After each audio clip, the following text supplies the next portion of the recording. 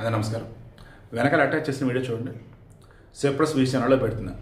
కార్పొరేట్లో స్ట్రైక్లు నేను పడకుండా ఉంటాయి. ఒక పసిబిడ్డ రైల్వే ట్రాక్ పక్కన ఉంది. రైలు వస్తుంది. అప్పటికప్పుడు అకస్మాత్తుగా ఓ దేవతలాగా ఆవు వచ్చి ఆ బిడ్డని రైలు ట్రాక్ పక్క నుంచి పక్కకు లాగేసింది. అంటే అమ్మ కన్నా మిన్న గోమాత. అటువంటి గోమాతను ఎలారా కోసుకొని తింటారు? అటువంటి గోమాతతో ఎవరా వ్యాపారం చేస్తారు? కోసుకు తినే దేవుడు, కోసి వ్యాపారం చేసే దేవుడు. కోసి వ్యాపారం చేసే వాళ్ళు హిందువులు ఉన్నారు, కోసి తినే వాళ్ళు ముస్లింలు ఉన్నారు. ఇక వేరే మతస్థులు ఉంటే ఉండొచ్చు కాదు.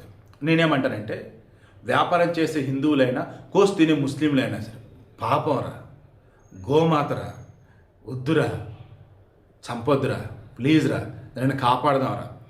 మన దగ్గర కూడా నాకు తెలిసి గోవుని, ఆవుని చంపడం నిషేధం. కానీ దాన్ని చంపుతూనే ఉన్నారు, తింటూనే ఉన్నారు.